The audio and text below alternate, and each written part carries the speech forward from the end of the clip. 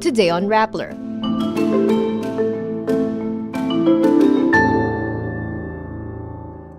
Authorities rush to contain an oil spill in Aklan in the aftermath of Typhoon Aghon.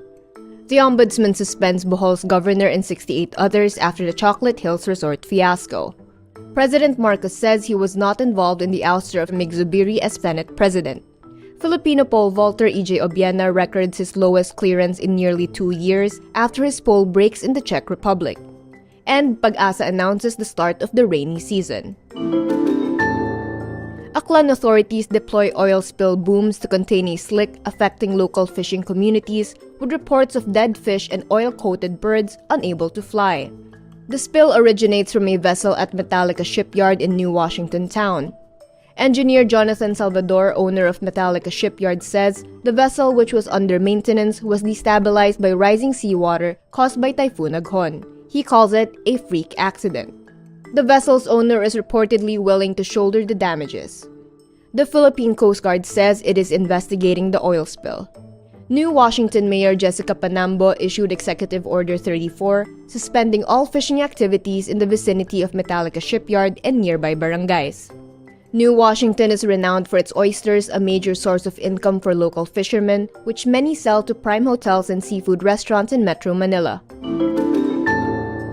The Ombudsman orders the preventive suspension of Bohol Governor Erico Aumentado and 68 other officials from different government agencies over the construction and operation of the controversial Captain's Peak Resort on Chocolate Hills. Officials are suspended for 6 months without pay, and Bohol Vice Governor Janicio Balite will serve as acting governor. The Ombudsman charges provincial and local officials of Sagbayan Town, Bohol with grave misconduct and gross neglect of duty. Investigators also find the officials tolerated the operation and expansion of the controversial resort. Aumentado says he was, quote, collateral damage, adding the officials will be consulting with lawyers before deciding to appeal the preventive suspension order. President Ferdinand Marcos Jr. distances himself from speculations he is behind Senator Juan Miguel Mig Zubiri's removal as Senate President. Marcos says it was made by the senators, adding he has no idea what Zubiri meant when he claimed his removal was caused by the powers that be.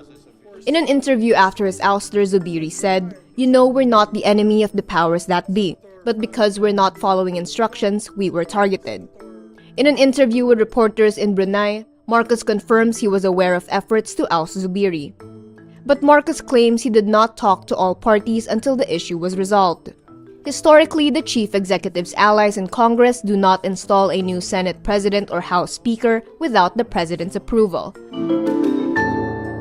Filipino pole vaulter Obiena records his lowest clearance in nearly 2 years, placing 7th in the Ostrava Golden Spike in Czech Republic after dealing with multiple issues with his poles on Tuesday, May 28. He clears just 5.52 meters, failing to replicate his bronze finish last year in the event where one of his poles broke. Obiena had problems transporting his poles from the United States, where he competed in the Los Angeles Grand Prix, to the Czech Republic, with one pole eventually breaking on competition day. In a post, he says he is taking what positive he can take on this whole situation, despite being very pissed at the whole debacle. Ranked second in the world, Obiena placed 9th in the World Athletics Indoor Championships in Great Britain in March and bagged gold in the Los Angeles Grand Prix. Philippine Weather Bureau PAGASA announces the start of the rainy season on Wednesday, May 29. It says the following brought significant rain to the western parts of Luzon and the Visayas in the past few days. The volume of rain that fell along with the winds blowing from the southwest mean the criteria to declare the onset of the rainy season are met. PAGASA also warns there is a high chance of La Niña developing in the July-September period. La Niña will increase the likelihood of above-normal rainfall in parts of the country, especially toward the end of the year. For June to November, the Weather Bureau expects 10 to 13 tropical cyclones to enter or develop inside the Philippine area of responsibility.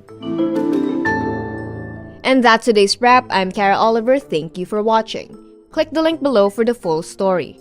Follow us on Rappler's YouTube, Facebook, X, Instagram, and TikTok.